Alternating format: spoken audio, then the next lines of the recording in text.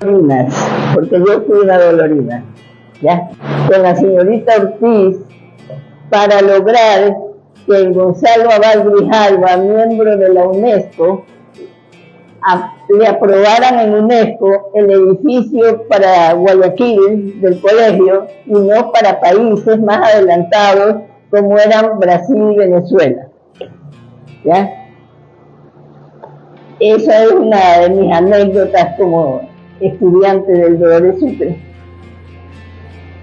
Tengo también la anécdota de que apenas graduada, con 20 años de edad, fui propuesta por la señorita Ortiz para ser la colectora del colegio, que Lila del Siopo renunciaba porque pasó al vicerrectorado y de allí pasaba al rectorado, precisamente porque la señorita Ortiz se lo pidió, no porque ella lo pidió, la señorita Ortiz lo pidió. Allí estábamos presentes las tres, la señorita Ortiz, Lila del Siopo y la que habla. Yo llegué muy orgullosa a mi casa a decirle a mi padre que me habían ofrecido el trabajo de colectora, pero que necesitaba 4.000 sucres, en ese entonces era sucres, para pagar la caución, porque era un puesto caucionado. Entonces mi padre me dijo, ¿qué? Que estás loca, quieres que te maten. Ese es un puesto de mucha responsabilidad y mientras tú estudies y yo trabaje, tú no tienes necesidad de trabajar, así que tú no aceptas ese cargo. Muy bien, yo me quedé así. ¿Qué pasó? Después de menos de 2 meses mi padre falleció y yo tuve que trabajar. Y todo lo que yo recibía de mi Montepío era directamente pasado a mi madre, porque mi madre fue de una época en que con saber leer y escribir era suficiente. Llegó a 2º grado de primaria. Y además, en pocos años más, al que nombraron colector, lo mataron, ¿ya? Entonces, se cumplió lo que mi padre me advirtió.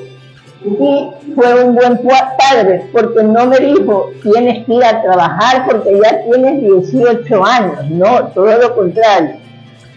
Tú estudias mientras yo trabaje, ¿ya? Y así fue, pero yo tuve que trabajar rápido. Entonces, muchas personas no saben eso. Se vino un conflicto en el colegio Dolores Sucre, que creyeron que la señora Lila le quería quitar el puesto a la señorita Ortiz. No fue así, la señorita Ortiz se lo ofreció a la señora Lila. Esa es una historia mía allí.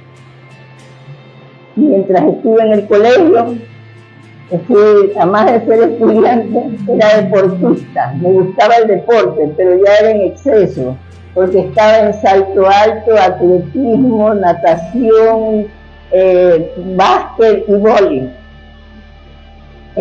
Un día mi padre me dijo, has ido al colegio a estudiar y no a ser campeona, así que te quedas con un deporte.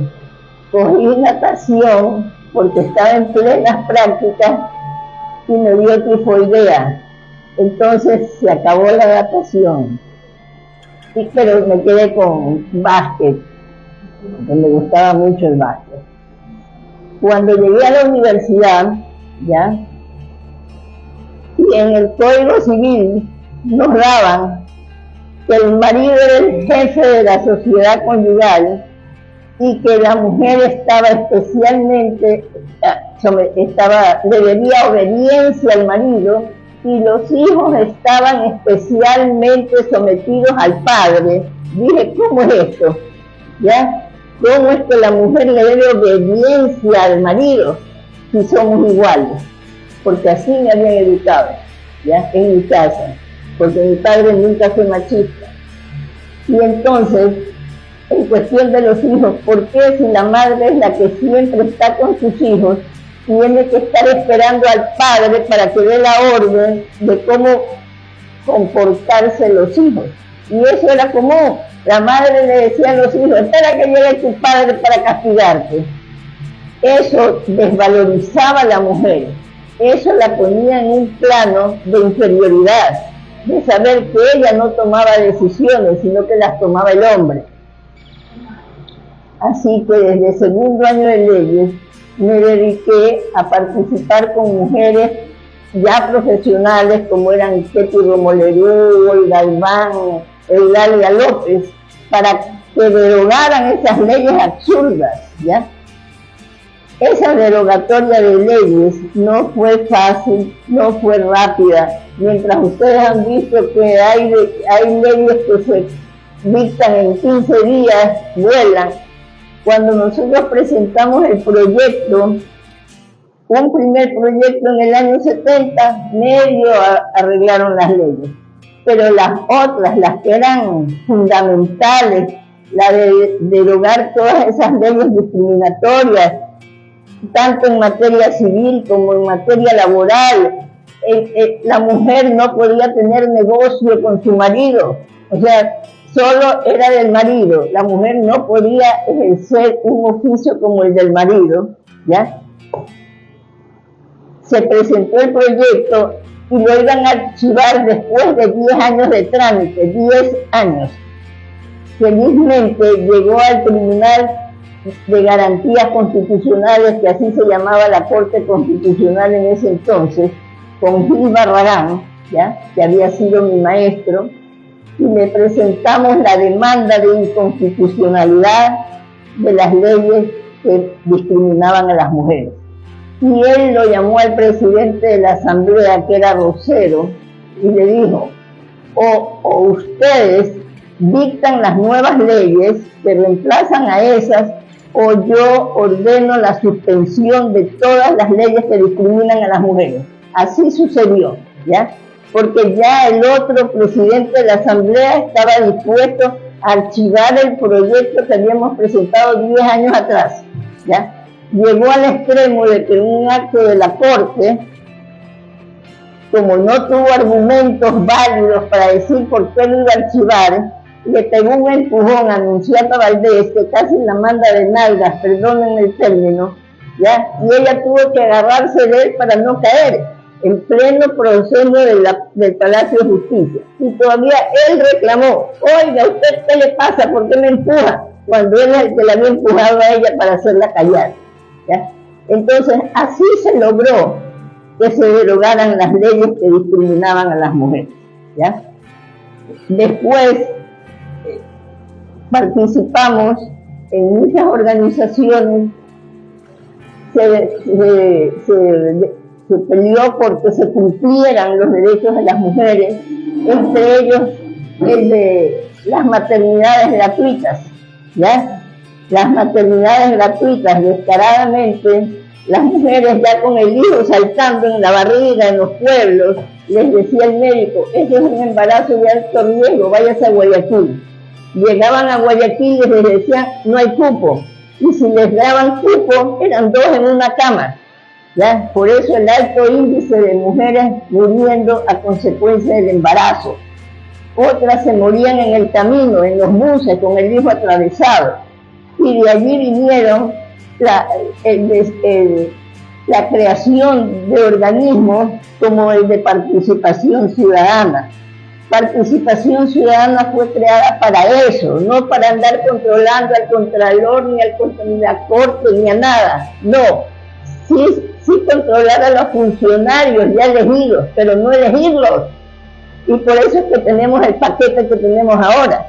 Y entonces, ¿qué pasa ahora? Ahora ya no se controla lo de la maternidad gratuita. Por eso es que ahora nuevamente hay muertas que no pueden entrar a las maternidades porque no hay cupos.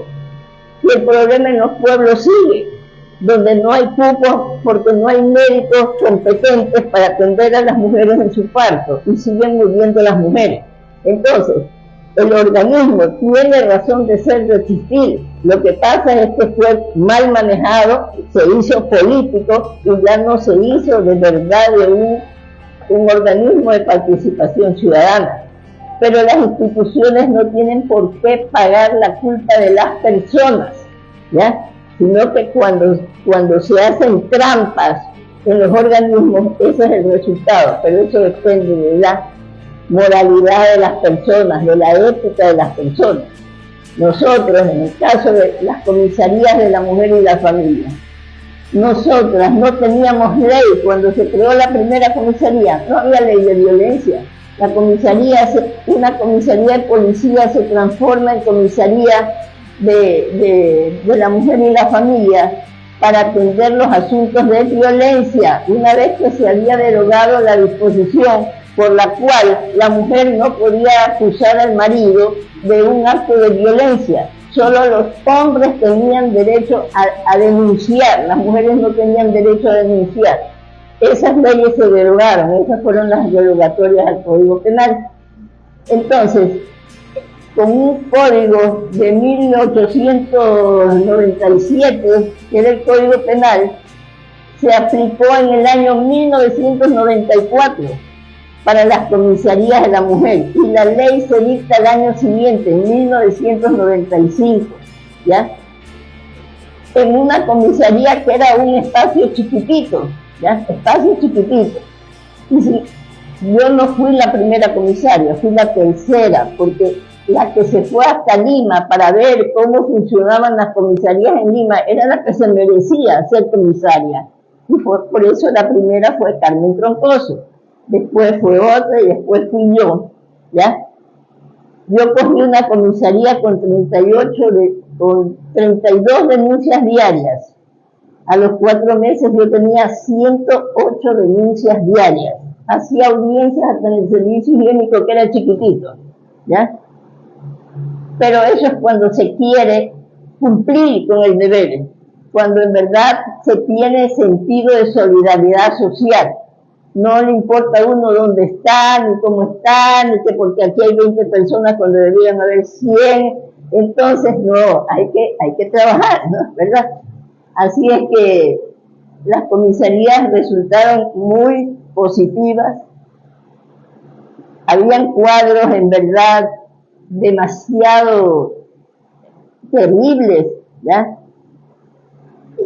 Que demostraban cómo la mujer tenía un rol de inferioridad, cómo era maltratada, cómo sus criterios no servían para nada, ¿ya?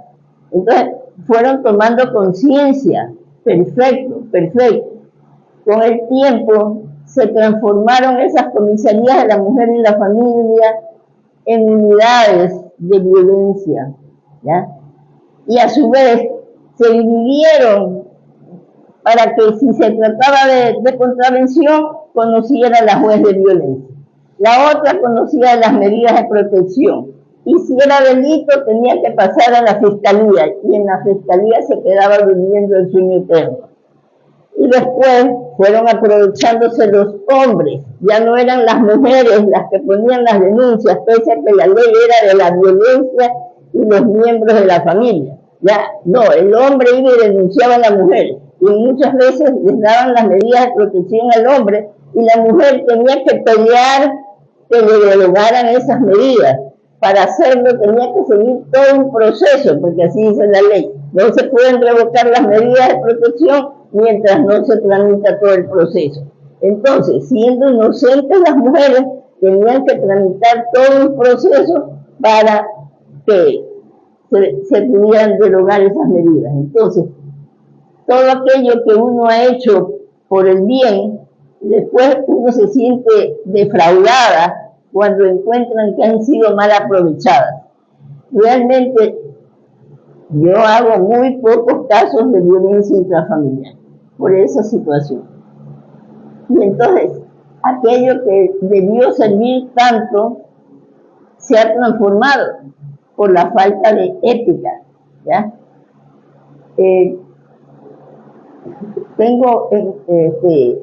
Como después volveremos al tema de lo que dice ONU Mujeres. ONU Mujeres es un organismo de Naciones Unidas que tenía planificado el desarrollo sostenible para terminar con la desigualdad de género para el año 2022. Y ahora dice que debido a las guerras, a las pandemias, a la falta de trabajo, al retroceso en materia de salud, eso no se va a poder conseguir sino después de 300 años. ¿Ah? ¿A dónde estaremos nosotros después de 300 años? ¿Ah? En Júpiter, en Marte, en Neptuno, ¿dónde estarán? ¿No? Entonces, ya bien muertas estaremos. O sea, esa es la falta de decisión de un organismo como Naciones Unidas, que tiene una Declaración Universal de los Derechos Humanos desde el 10 de diciembre de 1948, que venga a decir ahora, ¿ya?, que no se puede, que la igualdad de género no se puede sino después de 300 años. Después que pasen 300 años dirán que son 600 más, ¿ya? ¿Por qué? Porque no hay esa voluntad de llevar adelante las cosas con decisión, ¿ya? Y nosotras, cuando hicimos lo que hicimos, no teníamos, pues, 80 años, teníamos 40, 30, 20, y sin embargo lo hicimos, ¿ya? Entonces sí falta voluntad por hacer las cosas y por interesarse en lo que deben interesarse, ¿ya? Dentro de lo que es universidad, yo pedí mi puesto, mi nombramiento, porque el rector no quería dar nombramiento para mujeres y especialmente para jurisprudencia, porque como él no era de la facultad de jurisprudencia, no ganaba votos. Y entonces tenía una facultad que estaba al punto de ser cerrada por la falta de estudiantes, y en jurisprudencia cada vez habían más, faltaban el doble de profesores, y no me quería dar el nombramiento, y me tenía ya 2 años con nombramientos que todos los años tenía que tramitarlos, hasta que un día le dije, ¿ya?, porque él se atrevió a decir, ya le he dicho a Muecay que no dé más nombramientos, le di que hay demasiados profesores, no, en su facultad es que hay demasiados profesores que ustedes necesitan para votar, ¿ya? En jurisprudencia falta el doble maestro. Entonces, ¿qué pasó? Que casi se suban las escaleras, andaba con sus matones, creí yo que me podían hacer algo los matones, no sabía que los matones me cuidaban mi carro y que yo los había servido, salvándolos a sus madres de que los botan en el barrio Cuba. Entonces esos matones se quedaron muy campantes y no me hicieron nada, y me dieron el nombramiento, ¿ya? Habían apenas en el año 84 13 profesoras mujeres en jurisprudencia, de las cuales solo 2 eran abogadas, las otras eran de sociología, eran de filosofía, y éramos nada más que... con el tiempo yo fui presidenta de la Asociación de Profesores de la Facultad de Jurisprudencia, no porque tenga plata, no tengo plata, simplemente porque tengo trabajo y defendía los derechos de mis compañeros abogados, de mis compañeros profesores. Entonces, a su vez, yo fui presidenta de Ciudadelas Unidas del Norte de Guayaquil, donde también habíamos pactado que el presidente era un hombre y que yo iba de vicepresidenta. En eso apareció la teoría Camargo. Entonces los varones de la asociación dijeron, no, pues si ahora las mujeres no salen, tienen miedo, las están violando. Y yo dije, no señor, conmigo no se preocupe, que yo cargo una piedra en mi carro y en el momento que me salga el violador, yo rompo un ventanal y yo sé que el dueño de casa me va a seguir para que le pague el vidrio, así que no se preocupe. Y efectivamente yo fui designada vicepresidenta. Y al poco tiempo él tuvo que renunciar porque lo presionaba el municipio, porque decía que tenía que estar defendiendo los derechos de la comunidad, ¿ya? Y entonces yo asumí la presidencia. Usualmente yo he ido a las instituciones como una más. Al poco tiempo he sido designada asesora jurídica, vicepresidenta y he llegado a ser la presidenta. Y he terminado mis mandatos y he quedado muy bien con mis compañeros y los he servido sin necesidad de ser la presidenta. Y así ha sido en todas las instituciones en que he estado, en todas me he conservado una vez que he dejado de ser la dirigente.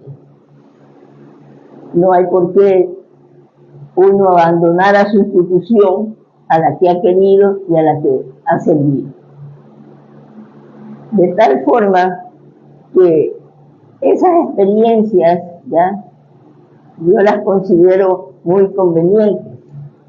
También como en Ciudadelas Unidas del Norte de Guayaquil, Yo defendí los parques. Me decían, pero ¿por qué defiendes los parques si ni siquiera vas a los parques? ¿Ya? Yo decía, sí voy a los parques, y sí iba a los parques. Y se me querían llevar mi parque, el de la Ciudadela Kennedy, ¿ya? El parque Clemente Lleró Indabur. No lo atendían, nos mandaban ladrones por allí para que la gente se fuera. Así es que después me enteré el motivo. El motivo es que se lo habían regalado al cuerpo consular. ¿Ya? Y no solo le habían regalado al cuerpo consular el parque de la Kennedy, sino los 64 parques de Guayaquil. ¿Ya? Yo llegué a esa sesión del consejo a reclamar por mi parque y me encuentro con una señora que reclamaba el parque de la Chala, que ella, para poder lograrlo, se había tenido que ir a vivir a Quito para que la Junta de la Vivienda le asignara los fondos para el parque, porque el municipio de Guayaquil no quería dárselos. Cuando entran a hacer los trabajos el primer día, se encuentra que el alcalde le había mandado a poner los canchones de obras públicas en el parque de la Chala. Así es que en esos momentos me enteré de eso, y yo que ya iba con la sangre revuelta por mi parque y por la otra noticia de los 64 parques, les dije en el municipio que en Guayaquil proliferaban las cantinas y los moteles, que para eso sí se extendían permisos, ¿ya? Para hacer de Guayaquil una ciudad de prostitutas y ladrones. Así, con estos términos lo dije en el municipio. Me devolvieron los 64 parques de Guayaquil, ¿ya? Porque a nivel de esta ciudad, ¿quiénes podían acceder a otro tipo de clubes si la mayoría era gente pobre que necesitaba sus parques? ¿Ya? Igualmente pasó con el programa de drogas. Nosotros dábamos capacitación en drogas en sectores del norte, como en la Florida, Mapasingue, todo. Y nosotros no íbamos solo a hablar y hablar, sino que les decíamos a los muchachos de los colegios nocturnos, ¿qué esperan ustedes en la vida? Todos decían lo mismo: queremos graduarnos, queremos tener trabajo, tener una familia, tener hijos. Muy bien, señores, todo eso lo pierden con la droga. Y les llevábamos 2 muchachos que los 2 minutos eran coherentes. Ya el tercer minuto ya estaban cambiándose de lugar. Y a los 5 minutos estaban donde tú te quieras ir, a Marte, Júpiter, todo. Esa era una forma de educar para la droga.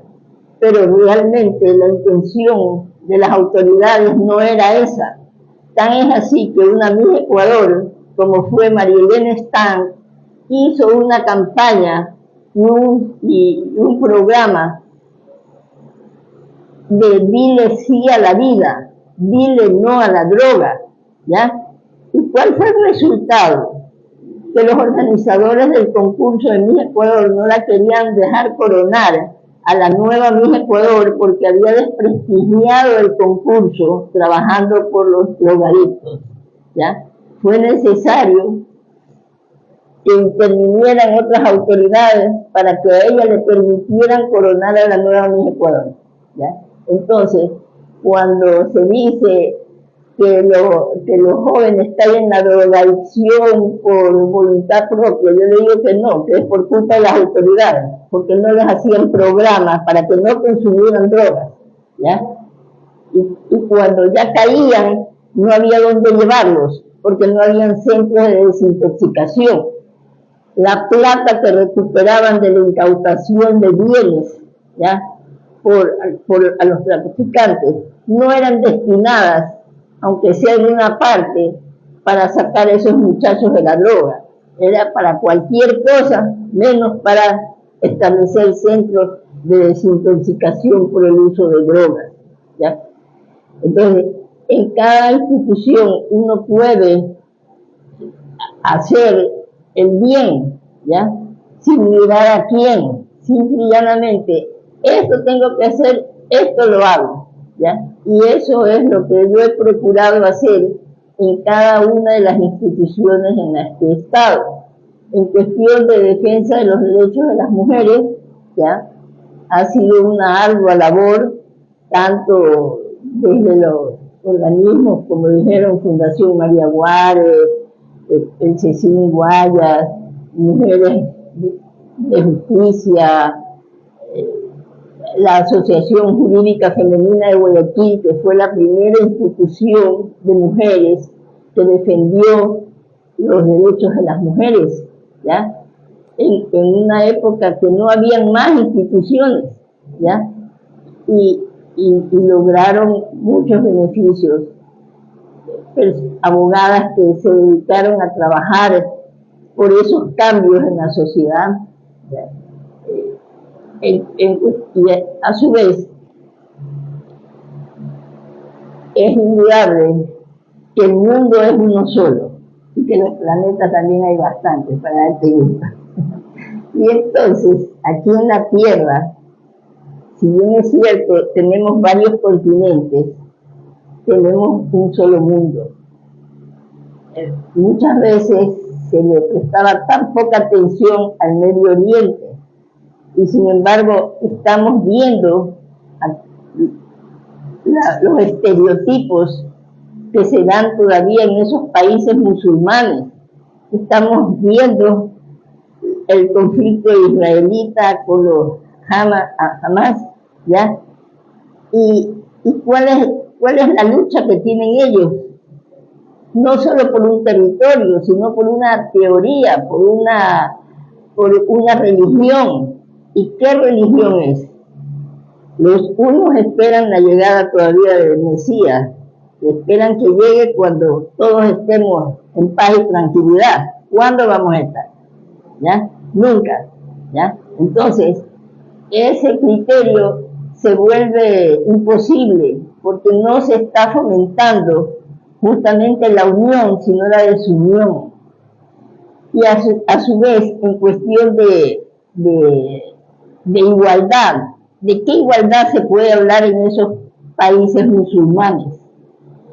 Mientras en estos países de Occidente se pregona justamente, aunque sea teóricamente, la igualdad del hombre y de la mujer, se pregona la protección a los niños, se pregona y está en la ley que no pueden casarse si no tienen 18 años de edad, ¿ya? Que no está vedada ya la educación. ¿Qué tenemos allá? Todo lo contrario, ¿ya?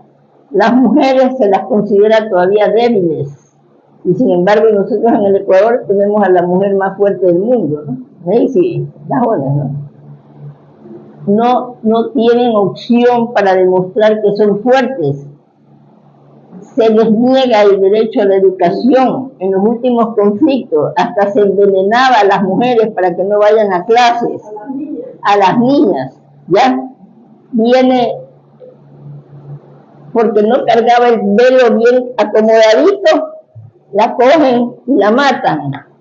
Protestan 9.000 jóvenes, hombres y mujeres, ya no solo las mujeres, protestan los hombres, y fueron a parar a la cárcel y están en las cárceles, ¿ya? Por defender los derechos de las mujeres ante una situación lógica, ¿ya? Que tienen que andar con el velo cubriéndose la cabeza para que no provoquen a los hombres, ¿ya? ¿Qué se hace con las niñas? Se les corta el clítoris para que no tengan placer sexual, ¿ya? Se permiten los matrimonios de ancianos de 80 años con niñas de 6, 8, 9 años, ¿ya? Entre ellos el propio Mahoma, pues, ¿no? Porque ¿quién fue Mahoma? De Jesucristo sabemos que fue un carpintero, que fue un hombre bueno, que pregonó el amor al prójimo, ¿ya? Que esté libre de pecado, que pide la primera piedra. Y de Mahoma, ¿qué sabemos de Mahoma? ¿Ah? El gran profeta. ¿Quién fue Mahoma? A ver, ¿cuál de ustedes me dice quién fue Mahoma? Ajá, ¿quién fue Mahoma? Fue un guardia de seguridad de los bienes de su acaudalado suegro, cuando transportaban la mercadería por el desierto, que fue casado, ¿ya? Y enviudó a los 44 años. Y de allí se consiguió un poco de esposas de 6, 8 y 9 años. En el Ecuador estaría castigado por tener, como pedófilo, por tener relaciones sexuales con niñas, ¿ya? ¿Y qué hacen las Naciones Unidas si está prohibido eso dentro de la Declaración Universal de los Derechos Humanos? ¿Ya? Entonces, son cuestiones que deben cambiar. ¿Y Naciones Unidas qué hace cuando le plantean esas situaciones? Esa es la religión, que son fundamentalistas, y ellos se defienden como fundamentalistas. Si esto ya está caduco, tiene que adaptarse al sistema actual. Está bien que tengan su religión, sí, pero póngase en la situación actual. Es como que si la Iglesia Católica quisiera seguir implantando la Inquisición, porque eso es lo que hacen con esos jóvenes allá en Irak, en esta zona. Matan. ¿Por qué? Porque están violando la ley del Corán. ¿Qué establece el Corán sobre las mujeres? Justamente establece la superioridad del hombre frente a la mujer, porque dice que las mujeres son débiles porque así las ha hecho Alá, ¿ya? Y sin embargo, no podemos hablar ahora de mujeres débiles, ¿ya? Estas mujeres deportistas ecuatorianas, al año 1986 más o menos, ¿ya? Tenían que viajar desde sus distintos pueblos a Guayaquil para poder entrenar, una vez que las canchas eran desocupadas por los varones a las 8 de la noche. Allí entraban las mujeres a hacer las prácticas, ¿ya? Cuando se iban de viaje para competir, ellas se iban por tierra y con su plata. Los varones se iban en avión, con todo el séquito de asesores y de todo, ¿ya? La que habla como presidenta del CECIN mandó la comunicación a la Federación Deportiva del Guayas pidiéndole explicaciones por qué a las mujeres no se les asignaba recursos. Y desde allí comenzaron a darles. Y comenzaron a dejarlas entrar a las canchas a hacer las prácticas, ¿ya? No a las 8 de la noche, sino más temprano, a compartir con los hombres, porque antes era solo para los hombres las canchas deportivas de la federación, ¿ya? Entonces, todo eso se puede hacer, y todo eso no siempre se ve, pero ahí están, ¿ya? Esas mujeres no podían avanzar por todos los obstáculos que tenían, ¿ya? Imagínense venir desde Esmeraldas, viajando más de 9 horas, para venir a la cancha a las 8 de la noche y salir a las 12 de la noche, ¿ya? Pero ahora, ¿qué son? Son un baluarte pues para el Ecuador y una clara demostración de que todas esas disposiciones caducas tienen que limpiarse. Hagan la religión en otra forma, sirvan al prójimo, no maten al prójimo, ¿ya? Como se están matando entre Israel y Palestina. ¿Cómo puede Israel decir que lo ataca Palestina? Si no, la Palestina casi no tienen armas, las armas las tienen ellos. Por eso es que querían venir a dar seguridad en el Ecuador los israelitas, ¿ya? Que se queden nomás en su tierra. Aquí en el Ecuador, esto de las matanzas que se han dado del sicariato, que fue repentino. En el Ecuador había sicariato, aislado, para mujeres, los hombres que mataban a las mujeres. Y de repente encontramos que es un sicariato entre bandas, ¿ya? Droga, pura droga dicen, ¿ya? Pero yo recuerdo un hecho.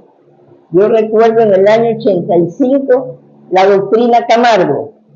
Ustedes recordarán a Camargo, ¿verdad? Camargo era un presidiario de la Borgoña, ¿ya? Que violaba niñas y las mataba, porque su afán era ese, violar y matar, ¿ya?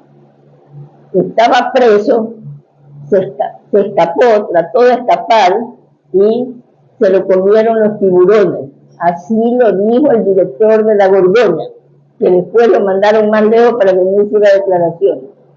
Y decían que habían 1.400 jóvenes desaparecidas, 1.400, ¿ya? De un momento a otro, 1.400 jóvenes. A la hora de la hora, solo habían 27 jóvenes desaparecidas. Se hizo la lista en la gobernación del Guayas, ¿ya? Y después eran 12, y después fueron encontrados cuerpos irreconocibles, huesos, echados desde el aire, caídos en los matorrales cerca del Quinto Guayas, ¿ya? Y sin embargo, era una época en que nosotros las mujeres estábamos reclamando los derechos, justamente en el Tribunal de Garantías, para que derogara